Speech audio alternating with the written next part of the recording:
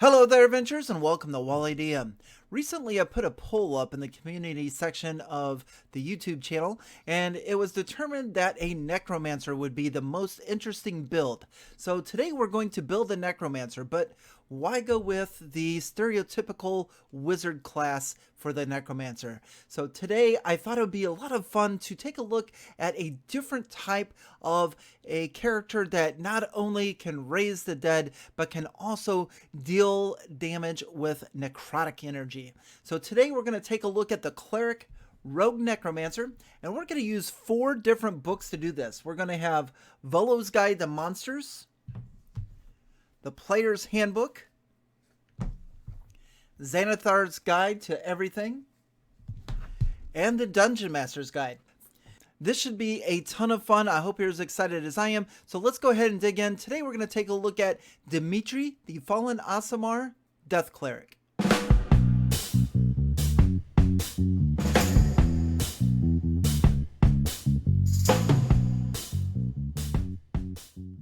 Before we get started, just a reminder, if you've not joined our Discord yet, I highly encourage you to do so. Come on over and hang out with me and a lot of cool folks who know a lot about D&D. And if you're enjoying this type of content, please consider supporting the channel by hitting that subscribe button and buying my PDFs and books on Drive-Thru RPG. Before we begin the character creation build, I think it deserves to be noted that the death domain is actually listed in the Dungeon Master's Guide, so if this is a character that you want to play, make sure you talk it over with your Dungeon Master first. Also, all of the PDFs for every level that we're going to go over today is going to be posted to my website, wallydm.com, along with a written form for the backstory. So if you'd like to check out the backstory and the PDFs, then the link will be in the description below. So let's begin with our backstory for Dmitri, the Fallen Aasimar Cleric Rogue Necromancer. Dmitri is a Fallen Aasimar that is human in appearance, with the exception of the dark purple eye color and jet black hair that shines like metal. He will habitually slide a metal comb through the front of his bangs that are slanted down and in just above his left eye. Dmitri has an uncanny knack for being able to read people and determine whether or not folks are truthful, lying, or even hiding something. Now, Dmitri was raised in the city orphanage and has no recollection of his birth parents. The only item that ties him to his parents is a gold emblem necklace with a triangle on it. He wears that every day. In the early years, the orphanage was good, and he had a special caretaker that seemed to favor him.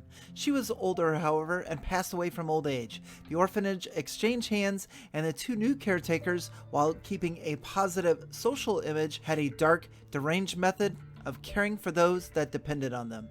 During this time, Dmitri became the target of 3 older kids that took to an ongoing bullying campaign of the Aasimar teen. The event that shaped Dmitri's path, however, was one night the elder kids deceptively befriended him, and the 4 visited the city tombs of the dead. They slipped through city security and explored the grounds. They found a hidden passageway and descended the stairs into a chamber with shackled skeletons. The kids, in an evil turn of events, shackled one of Dmitri's arms to a wall. However, their plan to leave Dmitri stranded in the Chamber of the Dead took a twisted turn. The entrance slammed shut, and within moments, animated skeletons attacked the young lads. Dmitri, using his metal was able to pick the lock of the shackle moments before the sword of a skeleton was about to impale him. He grabbed a nearby shield and deflected the next attack, his eyes darting about. He seen that his 3 fellow orphans had already perished, and the undead were now locking in on his position. Using his ability to see in the dark, Dmitri made a run for it and slipped through a nearby passageway. Dmitri traversed the underground channels for hours. He eventually found another secret passageway that led to a chamber that had been abandoned for decades. There were a few skeletons in here, and it seemed to be an ancient temple room. It is here that he found a triangle-shaped box lined in black velvet with a human skull inside, the same symbol that was on the shield that he was carrying.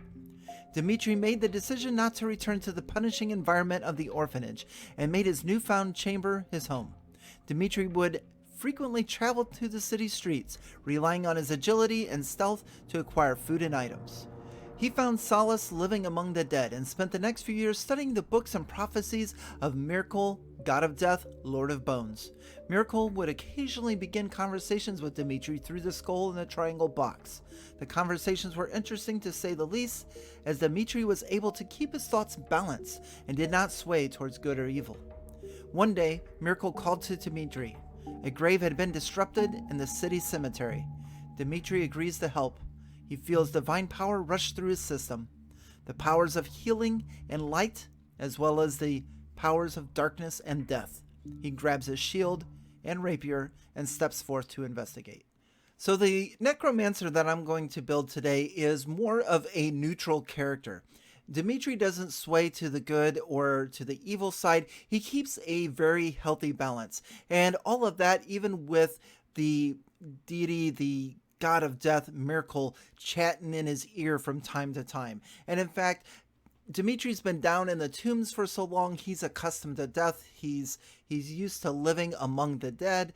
And even having the few conversations with his deity that he has, Miracle pretty much has given up on trying to turn Dmitri to an evil side, but accepts him as one of his followers.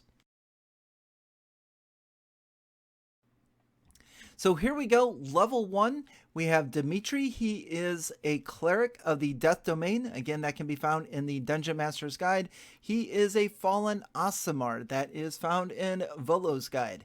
He is of neutral alignment, and his background is going to be an urchin.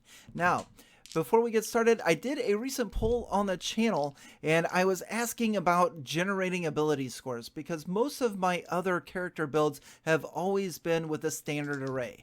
But in this one here, to pick the Fallen Aasimar, I picked that race because I wanted to make a character with a lot more necrotic flavor, and the Fallen Aasimar falls right into that. Because originally I was going to do a variant human, and that way I could get his dexterity and his wisdom up to 16, which I have plans for later. But after I read the Fallen Aasimar, I put that poll online, and I decided, heck with it. Let's roll for our ability scores. So here's the rules that I came up with, and they play to our favor. We've got a strength of 7, a dexterity of 17, con is 13, intelligence 10, wisdom 16, and charisma 12. Now, the reason that the Fallen Aasimar does not work with this build is because where it gives the bonuses to the ability scores.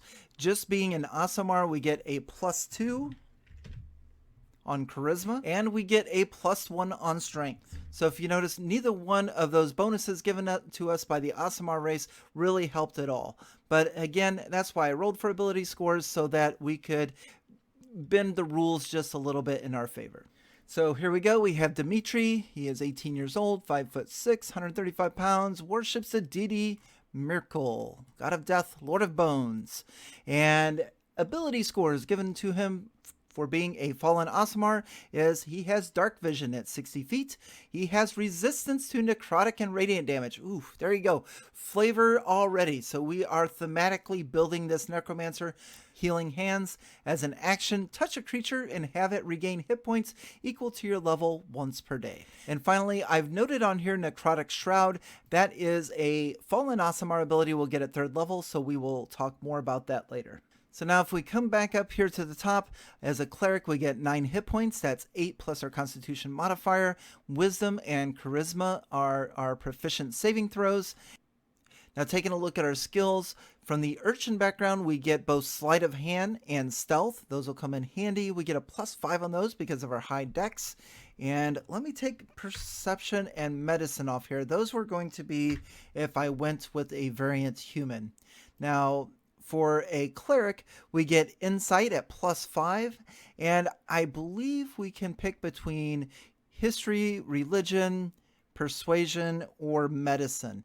And since we only get one more skill, I do want to go with persuasion, and that's because, as you're going to see here as we progress in levels, I really want to build and balance out the role-playing side of this character as well as the combat focus. So I'm going to pick persuasion, which will be a +4 because of our charisma, and that'll do it for our skills. Scrolling down to this area of our character sheet, the urchin background gives us proficiency in a disguise kit and thieves tools. We can also use martial weapons. That is actually from the Death Domain cleric.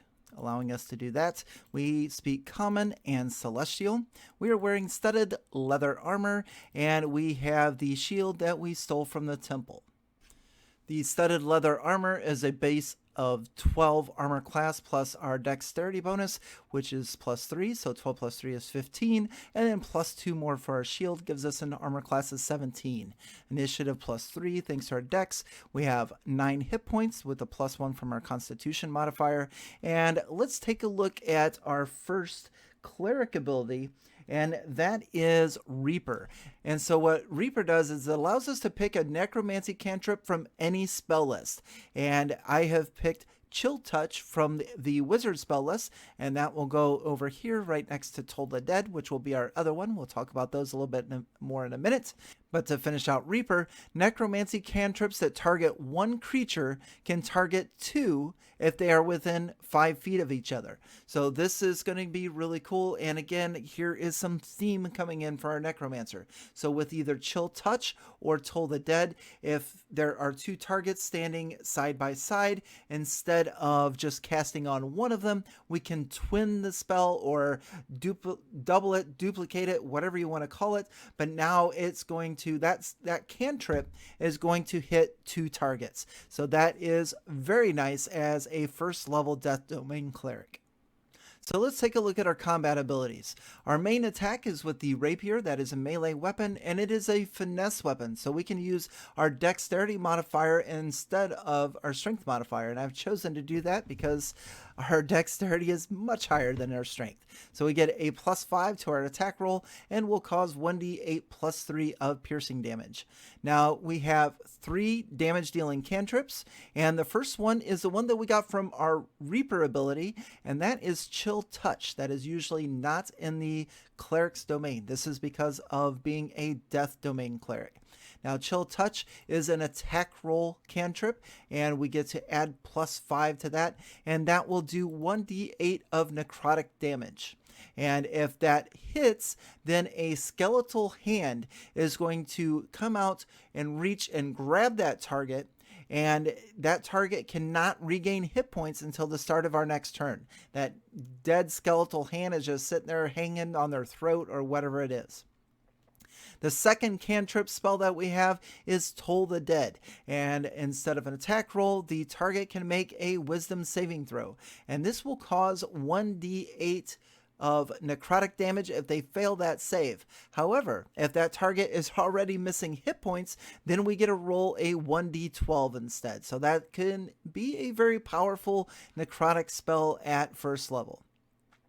And then our third one, because I want to balance out the good and evil, I wanted some radiant damage. So I chose Sacred Flame, and you can see that down here. And Sacred Flame, then the target has to make a dexterity saving throw, and if they fail that, they will take 1d8 of radiant damage. But of course, that's not as cool as our necromancy cantrips because we can twin spell those. We can cast them if there's 2 people within 5 feet, pow, hit them both. So to finish off first level for our cleric, let's take a look at our spell casting abilities. We have a +5 spell attack bonus for our spells that need an attack roll. We have a spell save DC of 13 for monsters or targets that need to make a saving throw versus our spell. Our spellcasting ability is Wisdom, and we get 3 cantrips at level 1. We've already talked about Toll the Dead for necrotic damage, Sacred Flame for radiant damage, and the third cantrip that I chose was Guidance. And I just really feel that Guidance is extremely powerful in out of combat situations. Being able to give myself or one of my allies a d4 to add to an ability check can be very crucial when you need it to be. Probably one of my favorite cantrips in the game. I really like Guidance.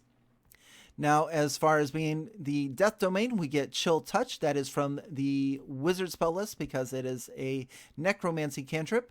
And for being an Aasimar, we get the cantrip of Light. Now, clerics also get domain spells, and at first level, our domain spells are False Life and Ray of Sickness. Now, we probably won't talk too much more about spells because a cleric can swap out their prepared spells every day after a long rest, with the exception of their domain spells, which they have always got those prepared. But for each level, a cleric gets a number of prepared spells equal to their wisdom modifier plus their level. So at first level, Dimitri's going to be able to cast 4 first level spells. But again, since they can swap them out every time, we'll probably only discuss the domain spells going forward. So that's it for level 1. Dmitri is now a death cleric and on his way. Let's take a look at level 2. Okay, so Dmitri is now a level 2 Death Domain Cleric. He has 15 hit points, and at second level, clerics get what is referred to as Channel Divinity. And that is where they are able to channel divine energy directly from their deity, and they can use that energy for magical effects. Now, most clerics will get 2 different types of magical effects. Most of them will get one that is called Turning Undead. And what that is the cleric will present their holy symbol, and any undead that they can see within 30 feet needs to make a wisdom saving throw, and if they fail that wisdom saving throw, then they need to try to get away from the cleric and as far as away they can, and that will last for about a minute or until they take damage. Now, the second magical ability is usually dependent on the domain of the cleric. So now we are creating a Death Domain Cleric, so we can instead use our Channel Divinity to use what is called the Touch of Death. Now, the Touch of Death is if we hit with a melee attack, we can deal extra damage, extra necrotic damage, equal to 5 plus twice our cleric level. So at second level, when we hit, we can tell the DM that we'd like to use our Channel Divinity for the Touch of Death, and we are going to cause an extra 9 points of necrotic damage. And that is going to be a very neat little ability that's going to tie in with our Necromancer theme. And final thought about Channel Divinities is they actually refill on a long or short rest, so we should get at least 2 to 3 uses of this every day. So that is it for Dmitri at level 2. Let's go ahead and level him up to level 3. So at level 3, clerics don't get anything but second level spells. You can see here Dimitri's now level 3 Death Domain Cleric, and he has 21 hit points, but he does not get any abilities. However, we come down here to our spell list, and you can now see that we have 4 first level spots that we can use, and we have 2 second level slots that we can use. Now again, after a long rest, clerics can swap out any of their prepared spells using the cleric spell list. But of course, we do get some domain spells which are always prepared. And in addition to our 2 first level spells, which are False Life, which gives you temporary hit points, and Ray of Sickness, which is a ranged attack spell that causes poison damage, we now have Blindness Deafness, which can blind or deafen a creature, and Ray of Enfeeblement, which can weaken a strength-based attacker. And all 4 of these spells are of necromancy. Now, that almost does it for level 3. We have one more thing to look at that's not cleric related, and if you recall, we have a race ability for the Fallen Aasimar called Necrotic Shroud. Okay, so at level 3, as a Fallen Aasimar, we get the ability called Necrotic Shroud. And once per long rest, we can use an action to release divine energy from within ourselves, and our eyes will turn to pools of darkness, and skeletal, ghostly, flightless wings will sprout from our back.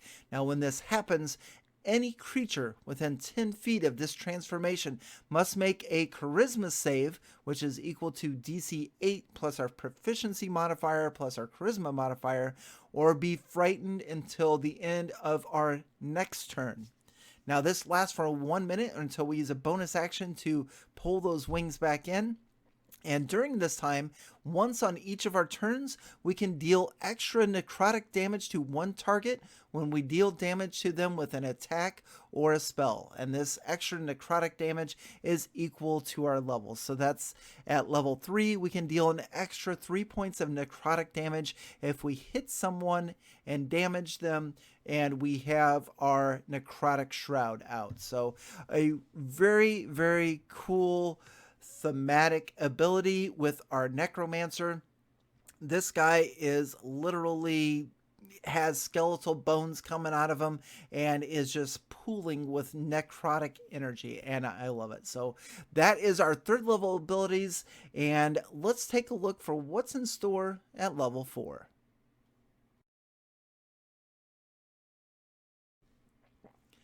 So Dmitri is now a level 4 Death Domain Cleric. He has 27 hit points, and we get to do an ability score improvement. Now, we can either choose to give one of our ability scores +2, or 2 different scores +1 each, or we can choose a feat. And the way that I set up the ability scores was kind of looking for the future to see what's happening in my campaign. My Constitution's at 13, so there is a feat that could give it a +1, and I could tack on a lot of hit points if it seems like I'm running out of those quite often. I could just put my +2 into Wisdom, giving me a +4 Wisdom modifier. But the one that I'm going to choose for the purpose of this video is Dexterity, and I'm going to choose a feat called the Resilience feat. And what that does is it gives me a +1 to Dexterity, and we are now proficient with Dexterity saving throws. So now we get to add our proficiency bonus, and we get a +6 on Dex saves. That also increases our initiative to +4, and our armor class will go up to an 18. And since this character is going to be more of a melee balanced character, I want the armor class up there. I want the initiative higher, and this seems like, and especially with dex saves too, fallen traps or fireballs or what have you, being able to get out of the way of something. I just feel that this is very important. So I'm going to adjust my skills. So that gives us a +6 on sleight of hand and a +6 to stealth. We're building for some great things, my friends. I can tell you that. It's going to get really interesting here in a few levels. But there is one more thing I do want to mention. And as we scroll all the way down here, we do get an additional cantrip, and I picked Thaumaturgy. And if you're not familiar with Thaumaturgy, that is a very popular cleric spell where you can make your voice boom 3 times louder than normal. You can cause flames to flicker and dim. You can cause harmless tremors in the ground. You can make noises such as whispers or thunder. You can make your eyes change color. So I think all of these little cantrips all balled into one is something really cool, and I could see that from a flavor standpoint. Maybe Merkel is trying to get Dmitri to turn more to the darkness, so it gives him this thaumaturgy thing, and in hopes of maybe he'll use it menacingly or things of that nature. So thaumaturgy, I really thought about it at level 1, but at level 4, it makes a lot of sense. As this character's coming into development, he can now do all these little tips and tricks to make things even more menacing or evil, or make things more good and fun. So that's it for level 4. Let's take a look at what's going to happen at level 5. Okay, my friends, here we are, Death Domain Cleric, level 5. We're now officially going to become a Necromancer. Very excited about this. Let's go over a few other things first. We now have 33 hit points, and our proficiency bonus goes up from +2 to +3. So I have made all of the necessary adjustments to that as far as our saving throws and our skills and our attack bonus with our rapier and our magical attack bonuses with chill touch. So all of that is taken care of. And now here we are down at the good stuff. We now get 2 3rd level spell slots. And from the Death Domain, that means that these spells are always going to be prepared are Animate, Dead, and Vampiric Touch. So the number of spells we can prepare every day is our level, which is 5, plus our wisdom modifier is 3. So we can prepare 8 spells, but Animate, Dead, and Vampiric Touch will always be prepared. So we can use one of our 2 3rd level spell slots to cast them. Now, one of the main reasons that I decided to go with the cleric version of the Necromancer is pretty much for the sake of the DM. With a wizard necromancer, you could probably, there's builds out there that get you armies and armies of undead. And with Dmitri, he just wants a to animate a few of the skeletal remains that have been hanging out in the tomb that he's been calling his home for the last however many years. And with Animate Dead, the way that it works is we can either animate a skeleton from bones or a zombie from flesh, and we control that creature, but they're dumber than a box of rocks. It takes a bonus action to tell them to tell them what to do, and it has to be like simple instructions, like guard this, or move here, or attack that. They won't defend themselves and they won't attack unless they are attacked. If they're attacked by something, then they'll fight back. But other than that, they're just sitting there waiting for commands. Now, once you do give the undead a command, it'll follow that out until it's complete or until you replace that with another command. Now, starting our undead army is going to require some downtime, and with the backstory of this, hopefully our DM lets us go to the tomb that we live in and just start popping up undead, because I believe that Dmitri is going to favor skeletons over zombies. So in our downtime, we can cast 2 instances of Animate Dead and get 2 skeletons, and the next day we can get another skeleton, and the following day another skeleton. And why we can only get 1 those following days is because the control over undead only lasts for 24 hours. In order to keep control over the undead, you must cast Animate Dead again the next morning. And that's why this comes in really handy for being a spell that we always know. So every morning that Dmitri gets up, if he has a small skeleton squad or small skeleton army, he will need to cast Animate Dead to reassert control over them. Now, 1 casting of the spell at 3rd level will result in reasserting control over 4 undead. And if I were playing this character, I don't think I would want to go over 4 skeletons. It depends on how well it goes. Again, mechanically speaking, for the game, that's a lot of attacks already. Having 4 skeletons in combat and during my turn, having to command them to go do different things and then attack rolls for them and stuff, it could be a lot. So I think as far as character-wise, I would stay at 4 for Animate Dead, get up every morning, burn a 3rd level spell slot, and reassert control. Now, as we progress on levels and we get a 4th level spell slot, and that's going to be a while because of the build that we're creating, but then we could add to our undead army. But I feel very, very comfortable being a necromancer, and Dmitri is going to have probably his closest friends, his closest allies, because he had lived in solitude for so long with only the skeletons around him in the tomb and the voice of Miracle trying to pull him all the way towards evil. So I see Dmitri embracing the animation of the dead. He would just look at it as creating allies, and would definitely, if things got out of control, he would not hesitate to destroy them. But he feels that he has enough balance within his own body, with his own chemistry, and the way that he looks upon things, that he could keep control of these. So here we go. Dmitri is now going to have 4 skeletons, and he is now officially a necromancer. So final thing before we move on, at level 5 we can actually destroy undead. So if we use our turn undead ability on undead with a CR rating of a half or lower and they fail that saving throw, they are destroyed rather than turned. Not much else to say on that. Our cleric is becoming powerful, but we're going to take a different turn for the next level. So let's take a look at our level 6 character as we dip into rogue. Okay, so we are now a 6th level character, but we're going to split that up and multi-class. So we are a 5th level cleric and a 1st level rogue. And one of the prerequisites for being able to advance to a rogue is you have to have a dexterity of 13 or higher. We have that covered, no problem.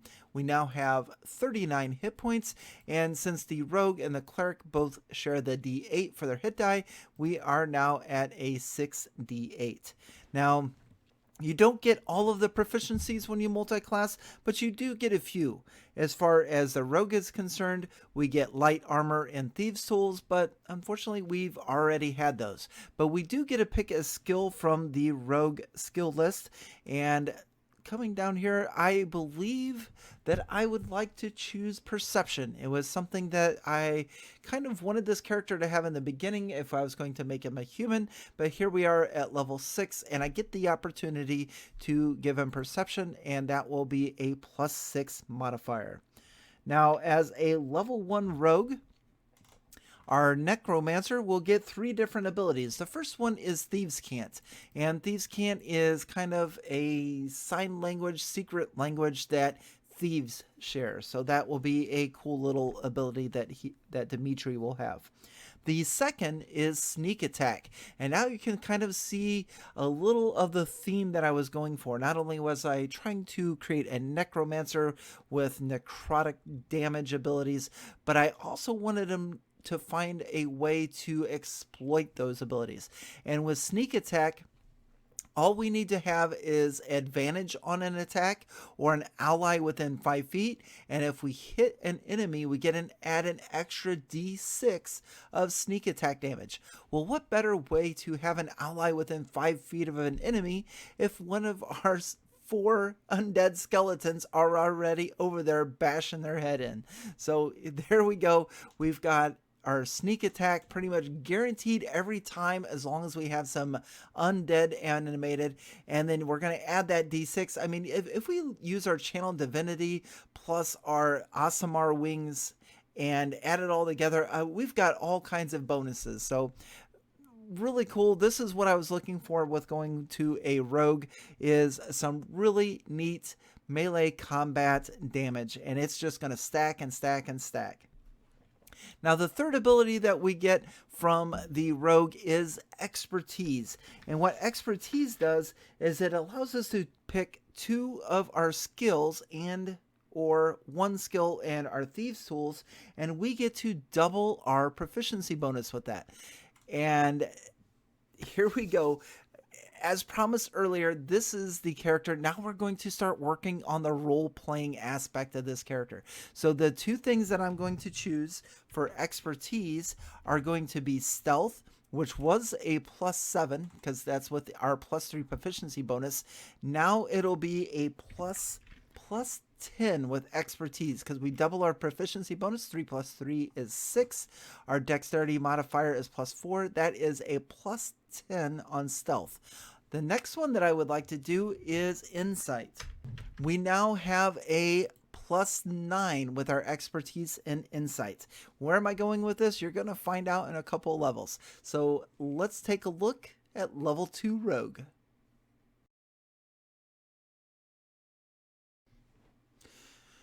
Okay, so Dmitri is now a level 7 character. He is a Death Domain Cleric level 5 and a Rogue level 2. He now has 45 hit points, and he only gets 1 ability as a 2nd level Rogue, and that is Cunning Action.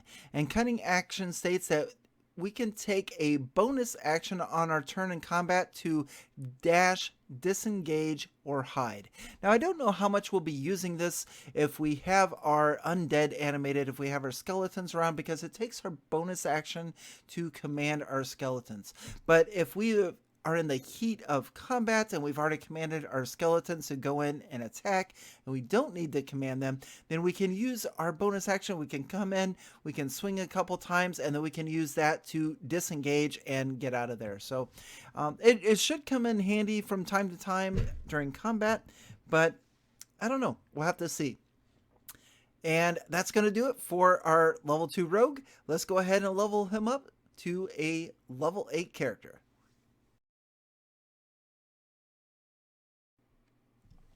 So Dmitri is now a level 8 character. He is a 5th level Death Domain Cleric and a 3rd level Rogue. And for the Roguish archetype, I have picked Inquisitive. Now, the reason that I picked this was to enhance the role-playing side of it. And we're going to go over all of that here in just a couple of seconds. So our 8th level character now has 51 hit points and is an 8d8 hit die character. Now, we get 3 abilities as an inquisitive rogue, and you're going to see how they fit right into everything that we've built up to this point. But before we do that, 2d6 now on the sneak attack damage. So we have that going in our favor. The first ability for an Eye for Deceit Inquisitive Rogue is when making an insight check to determine if someone is lying, treat a roll of 7 or lower as an 8. Now, if you remember, we already put expertise into our insight, so we have a +9.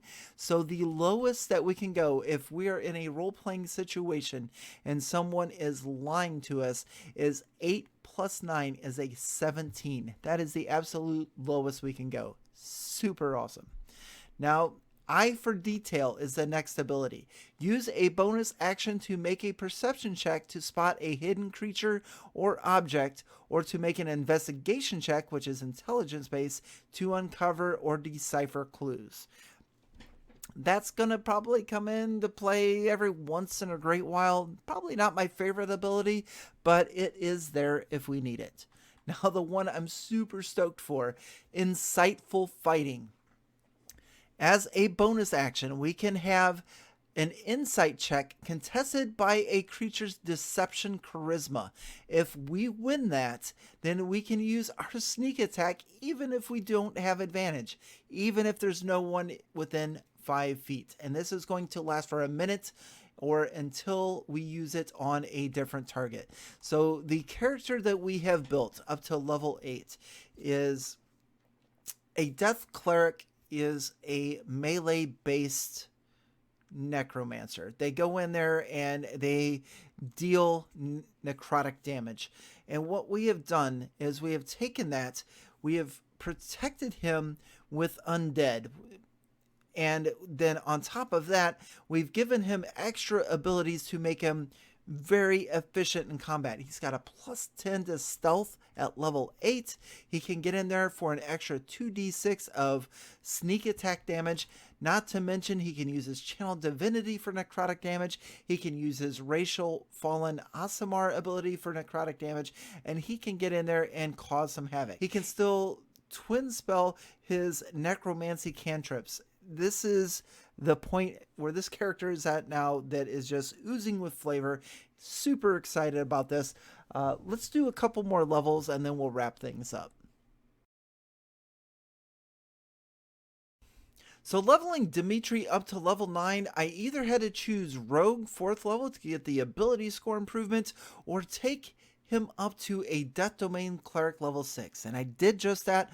We went to level 6 on the Death Domain Cleric. That gives us an additional 3rd level spell slot. So we can now have 3 3rd level spell slots. Our character has 57 hit points, a 98 creature, and he now has 2 uses of his channel divinity per short or long rest. So that should equate to being able to use that about 4 to 6 times a day. And just as a reminder that we can pile that channel divinity into our damage with necrotic damage. Now we do get one more ability as the Death Domain Cleric, and that is Inescapable Destruction. And that simply means that necrotic damage dealt by our cleric spells or our channel divinity ignores resistance to necrotic damage. So if our dungeon master is starting to fill his games with undead and anything that has some type of resistance to necrotic damage, it no longer applies for our necromancer. We can get in there with our rapier, use our channel divinity, and they're going to take the full brunt of the necrotic damage provided to us by miracle. That is it for level 9. Let's take a look and see what happens for our last level discussed today, level 10. Dmitri is now a level 10 character, and this time we're going to put that extra level into Rogue, level 4. And the reason for that is we get the ability score improvement. Now we have 63 hit points and 10d8 for hit die, and our options for the ability score improvement. We can max out our dexterity, taking it to 20. That would give us an improved armor class and improved attack bonus and improved skills. We could take our wisdom, since we are mainly a cleric. We could put that in 18 and get a +4 there. We could also look at our constitution at this point. The resilient feat, we could get that one again and get proficiency in constitution saving throws. But not only that, we can make that a 14, bump that up to a +2, and get a few more hit points under our bank. So I'm going to give you a few seconds with those options in mind. What would you do with this ability score improvement? Okay, don't forget to leave a comment below. Let me know what you did at level 10 with your 4th level rogue. For me, that dexterity is looking too good not to take it up to a 20. So we're going to take that to a 20. That gives us a +5 in dex, a +5 initiative. Our armor class is now going to be a 19, which is going to help because I like to get into the middle of melee fights. We're going to have a +8 on our rapier attack with a +5 on damage. And that, let's not forget our skills. We've got and now a +8 on our dexterity saving throws. And a +8 sleight of hand. And an incredible +11 on our stealth.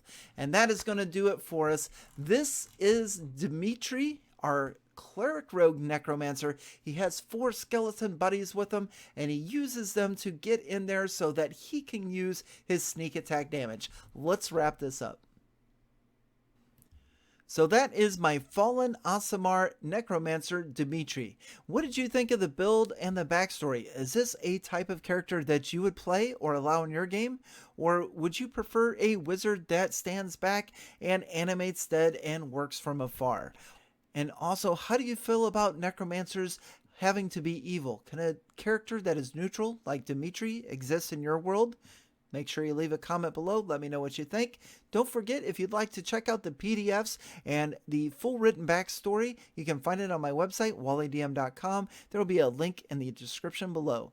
Looking forward to some great discussions about necromancers. Thank you very much for watching, and on to the next.